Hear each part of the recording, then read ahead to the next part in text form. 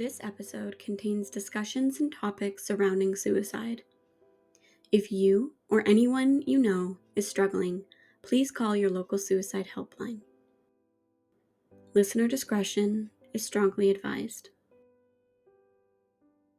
Welcome back, spooky souls, to another episode of Let's Talk Spooky.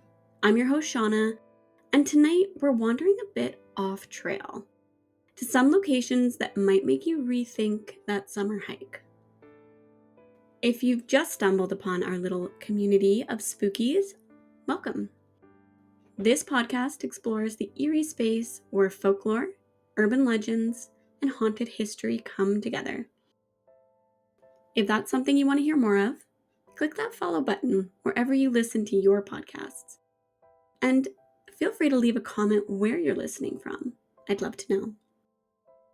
Tonight's episode was inspired a bit by a reading frenzy I've been on. I find during the summer months, I tend to gravitate towards books that have a creepy nature undertone. The one I'm currently reading is Gods of the Woods by Liz Moore, and so far, I'm hooked. I think the fascination with the natural world stems from just how ancient forests are. It can make them unsettling. Sometimes, it's the steady silence that lingers too long, or the stillness that seems to breathe and watch you. When we walk among trees, believing we are alone in our thoughts, it's hard to imagine that we're surrounded by life and death, and even in some cases, something that stands in between both worlds. Across the world, stories are told from culture to culture about forests that seem alive in more ways than one.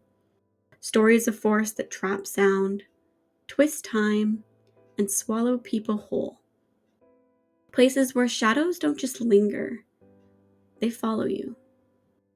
And if you haven't guessed it by now, this episode of Let's Talk Spooky, we're heading deep into the dark woods to see how lost we can truly get in their legends.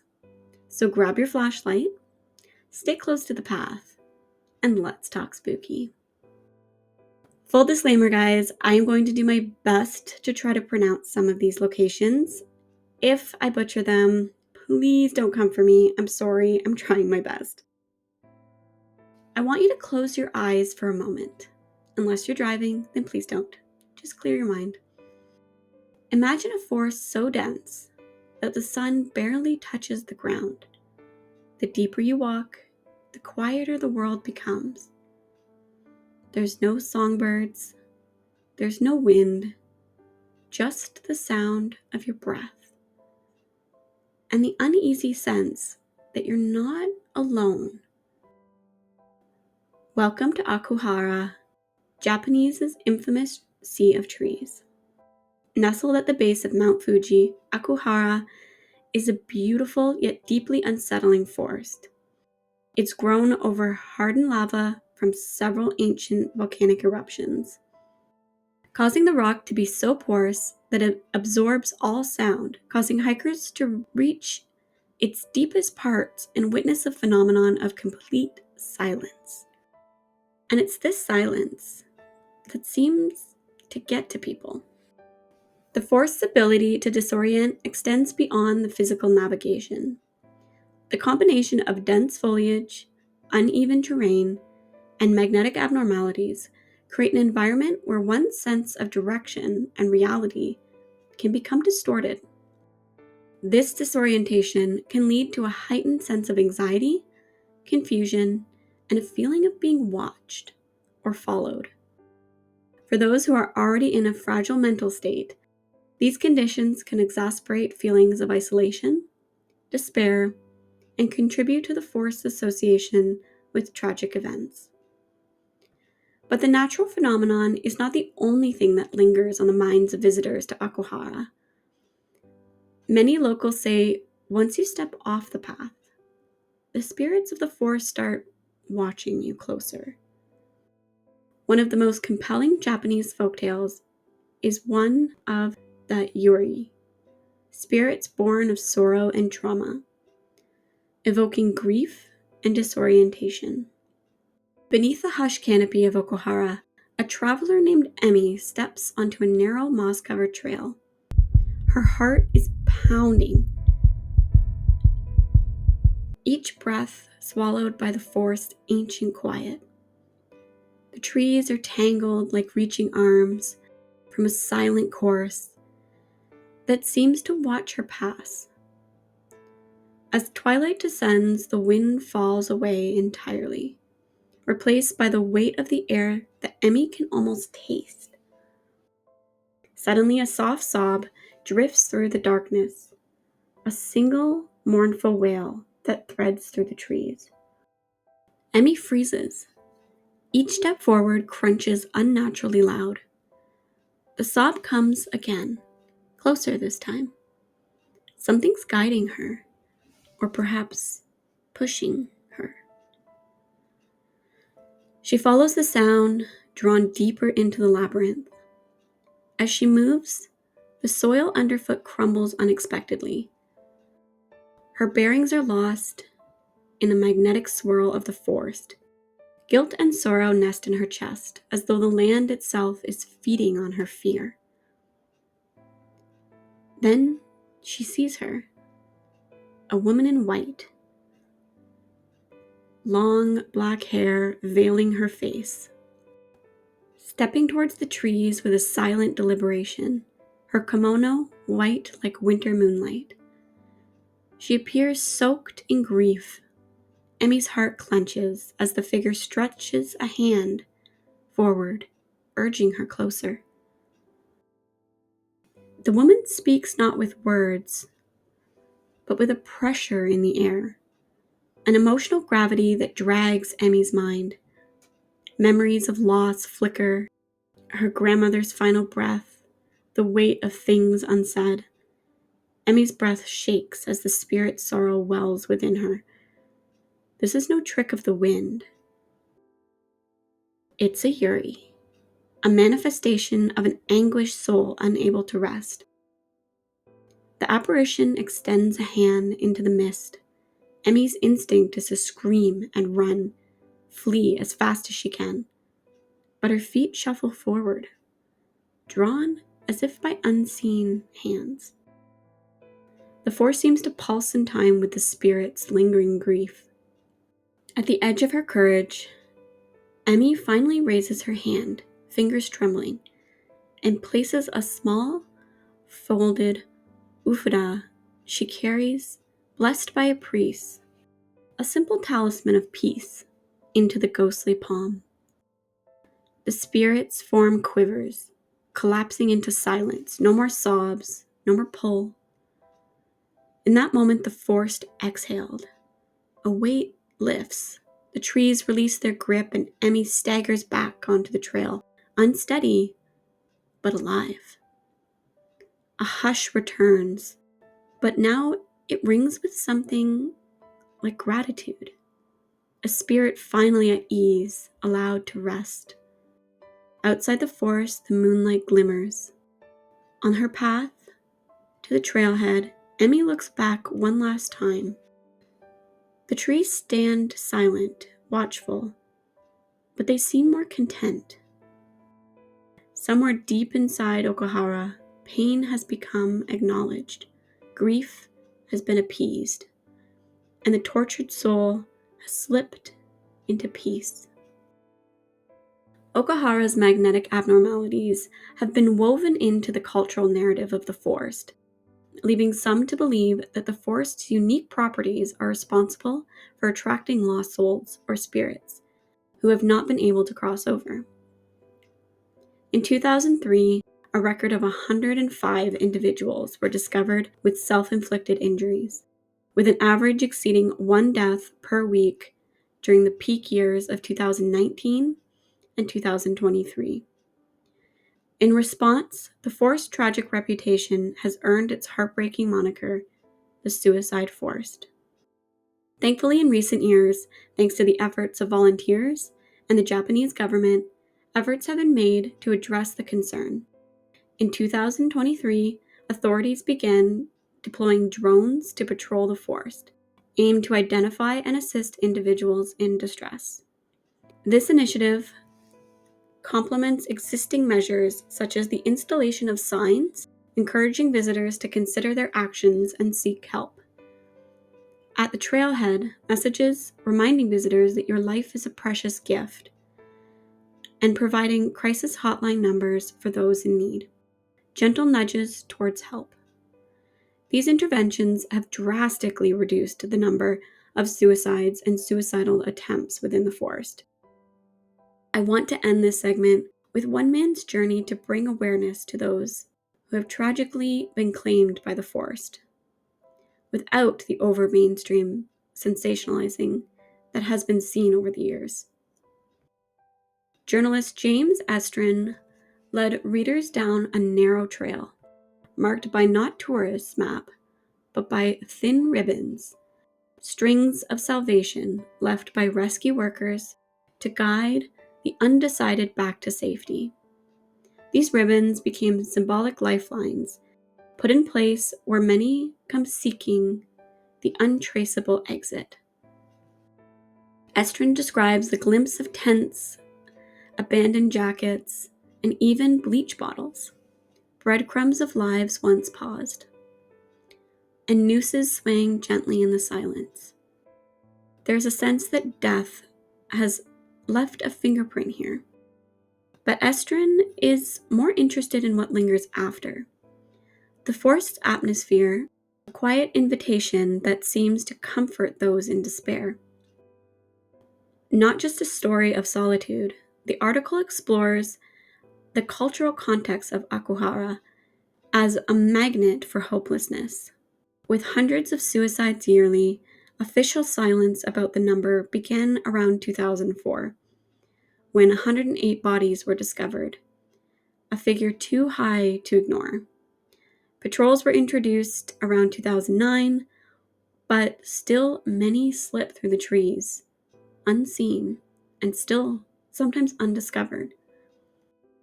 Estrin's description weaves with Thomas Lazar's monogram photos, inferred in black and white that glow eerily. Trees appear spectral, draped with white traditional Japanese funeral cloth. It's not sensationalism, it's empathy. It's about capturing mood, grief, and the fragile space between life and death. The forest is as timeless as it is tragic. Ancient legends tell of ghosts wandering among pines. Today's signs stand at the trailhead entrance, urging visitors to seek help, to call hotlines, and to stay on the path. They offer a breath of hope, aimed at a constant sorrow. We're going to say goodbye to Aokigahara, but I urge you guys to do more research about it. Remove yourself from the glamour and try to understand the dark that people are feeling when they enter those woods. Let's move across the countries, though, to the Black Forest of Germany, which offers a contrasting yet equally captivating atmosphere. Known as the region that's steeped in folklore and history, where ancient tales intertwine with the natural landscape, to the enchanting stories of the Brothers Grimm. The Black Forest has long been a source of inspiration and intrigue. Unlike Aokigahara's somber reputation, the Black Forest is celebrated in cultural heritage, traditional cuisine, and vibrant festivals. Its deep woods have inspired countless fairy tales, and the village is known for its distinct customs and craftsmanship. The forest's allure lies not only in its natural beauty, but also in the rich tapestry of stories, traditions that have been passed down from generations. So let's explore it. Imagine yourself walking past the edge of an old village. The forest lines the cobble streets, and the sun seems to be swallowed by its towering pines. The dense moss-covered floor seems to glow slightly as the sun sets. It's just after dusk, and you notice an old woman selling apples. She watches you wearily, and with a harsh tone, she warns you not to go any further. "Stay out of Hexen Loch," she mutters. "The witch still walks there." You laugh politely, but a little chill sneaks down your spine. As the wind moves through the branches and the darkness grows thick around you, when you look back towards the woman, she's vanished. Confused, you spin around, searching through the darkness, through the darkened streets where she might have gone, but there is no trace of the woman. But there's something about her warning that lingers on your mind. Reluctantly, you decide to wait till morning to continue your journey. But as you move from the forest edge, you swear you can almost smell the distinct scent of rotting apples. Located in the heart of the forest, past the gnarled trees and the ancient path, sits an old mill known as Hex Loch Moll, the witch's mill. Some say a local woman accused of witchcraft centuries ago never truly left that place. She still whispers in the wind and lures travelers off the trail. Folks have gone missing, and locals swear it's just superstition, but they never really go after dark, just in case. While there's no documentation or proof of this folktale, historical records do show that a number of women during the 16th and 17th century did flee into the woods to escape prosecution. Some even managed to completely disappear. But most were later captured and executed for the allegations against them. Still to this day, locals and travelers alike report seeing strange phenomena around the mill, including flickering lights in the trees, whispers in the wind when no one else is there, tools mysteriously going missing or breaking without explanation, and travelers getting lost just meters from the trail. But if you're wandering through the woods and you do manage to pass the mill without the notice of the witch, well, you may catch the attention of something else. They call him Der Gorman. Similar to our North American creepypasta legend of Slender Man, this creature has no face, only pale skin, long limbs, spider-like legs, and a black coat. Parents used to warn children, if you lie or if you sneak into the woods, the tall man will come for you. In most of the stories and legends, he doesn't speak. He watches. He waits. And then he follows. Over generations, the legend has faded, as legends do, until recently when hikers began reporting a strange figure in the woods, seen through the trees, seeming to linger and then disappear without explanation. All I have to say to that is no thank you. I'll stay far away from that. Finally, the most frightening folklores that haunt these woods are the local whispers of werewolves.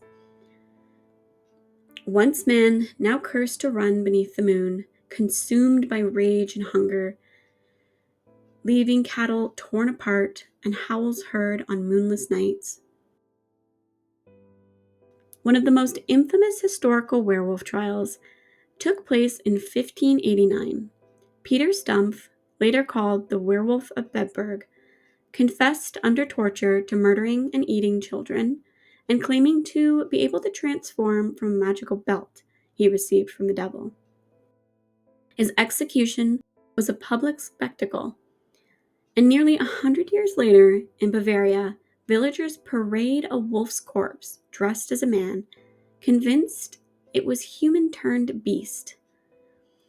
And in the 1980s, American servicemen near Moorbach claimed a wolf-like creature scaled the base of their fence at night. Whether flesh and blood wolf or myth come to life, in Germany, the werewolves always had a pulse. Today, the Black Forest draws tourists for its beauty, cuckoo clocks, and spa-like towns. But step off the trail, and the old forest is still waiting there, watching you, beckoning you to venture a little deeper off its trail. And the deeper you go, the more the stories seem to come alive. Not all who enter come out the same, or some don't come out at all. So if you ever find yourself in Baden, standing at the edge of the trees, and the wind suddenly dies, listen closely. You might hear a distant howl, or a scream of a witch, or spot a silent watcher dressed in black through the trees. Forests are meant to be a place of peace, where the trees breathe for us, and the earth cradles our quiet steps. But some forests are so ancient that they harbor something we can't truly understand. Until next time, stay safe, stay curious, and stay spooky. And remember, you are precious and you are loved. This episode was written, produced by me, Shauna. If you have your own eerie tale or hometown haunting, or a location that you would love featured on our podcast, please share it with us at letstalkspookypodcast@gmail.com or follow us on Instagram at Let's Talk Spooky Podcast. Until next time, stay spooky.